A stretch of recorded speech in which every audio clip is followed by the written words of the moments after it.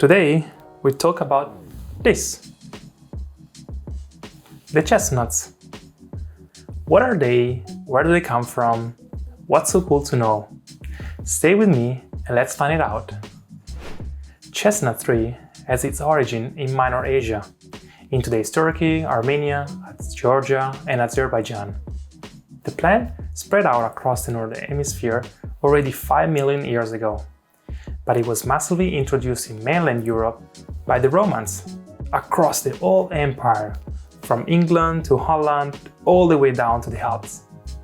Chestnut tree is a strong plant that favors temperate climates, but can survive occasional harsh winters. Given the amount of chestnut produced, it was a very efficient source of food for those living in areas where the cultivation of cereal was impossible. The tree thrived then all the way to the early Middle Age, thanks to the rising temperatures. Then, the Little Ice Age took place, and together with the introduction of corn and potatoes after the discovery of America, the tree began its decline. During the 19th century, it experienced another wave of popularity in the Alpine region for the production of coal. But this was short, as the opening of railways introduced cereals at a very convenient price. On the northern side of the Alps, the chestnut forest was replaced by pastures, while on the southern flank was left to the course of Mother Nature. This is one of the main reasons why you can still find lots of chestnut trees when you pass the Alpine ridge to the south. It's not so hard to spot chestnut trees, as they typically grow from a few hundred meters above the sea level to 1,300 meters. Apart from the fallen chestnuts on the ground, the mighty trunk is easily identifiable, as well as the long and thin flowers and the saw-toothed leaves. Talking about chestnuts, do you know where are they? Well, the answer is quite obvious. They are the fruits. Compared to the other plants, the fruit comes a bit late in the season. Let's say between the end of September and October. Indeed, the chestnut tree, after resting in winter, starts to get leaves between March and May, reaching the blooming period only in June. During the summer, the chestnut, containing the greenish burr that acts as a protecting shell, begins to form. The burr, also called hedgehog, has this shape to protect the chestnuts from the rain and cold, as well as animals that might eat those otherwise. An old story tells that the freezing chestnuts asked for help to a hedgehog that was passing by. From that moment onwards, the two became so close they remained together till the present day. It's only by September, early October, when the chestnut has reached the maturity, that the burr either opens up and releases the chestnuts to the ground, or falls still partly closed. This leads up to talk about how to pick them up. First and foremost, never shake tree branches, as the good ones are already on the floor.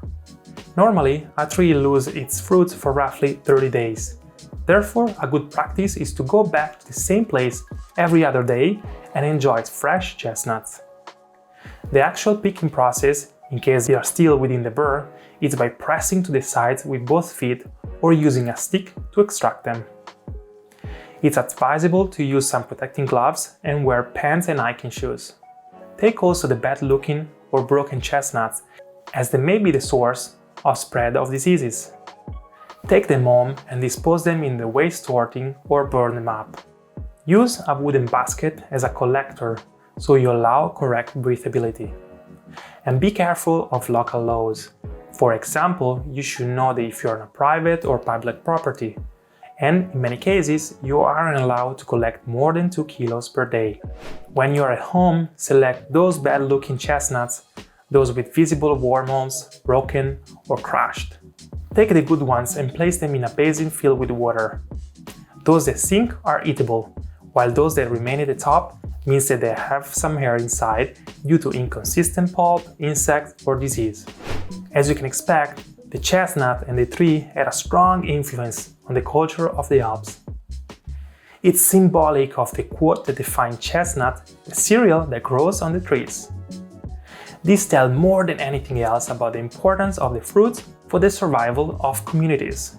It's not so hard to find German, French or Italian village names like Castanienbaum, La Chatagne or Castagneto, or even surnames that share the same root, a root that is all linked to chestnuts. But what makes this fruit so special? Well, chestnuts have nutrients that gives a lot of energy, despite their small size, 200 calories for 100 grams.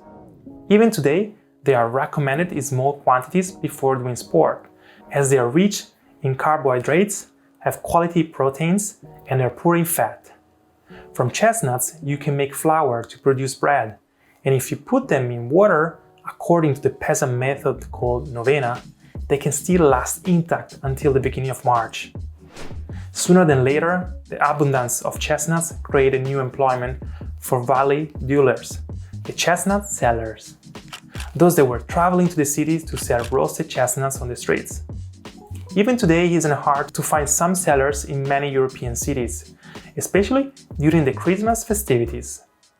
The culture around this vital fruit is well attached to life in the mountains. There are so many occasions where you could see chestnuts popping out throughout the whole year. It wasn't uncommon to give chestnuts at baptism and see them at weddings or funerals. Still, one of the most important of all, that by the way you can still live today, is the celebration at the end of the harvest. If you Google them, you will find them under Chestnuts Festival. But in Italy, it has its own name, Castagnata. There, chestnuts are literally cooked on the streets in big pans and sold for a fair market price by NGOs like the Red Cross and local firemen station to support community projects. Once you get a portion of roasted chestnuts, you should start by eating those that have popped, while those still close normally need some work. Take caution, as they're very hot, and remove the burnt part if necessary. If you walk into a restaurant at this time of the year, you may see a menu that offers different types of dishes with chestnuts, from appetizer mixed with honey and local cheese to risotto or pasta, as well as meat and desserts. The possibilities are endless, and every cook creates their own masterpiece. So you can do the same at home. To do that, you should know that chestnuts can be roasted in a pan with holes, but also boiled in water or cooked in oven. It really comes down to the taste, as they're equally delicious.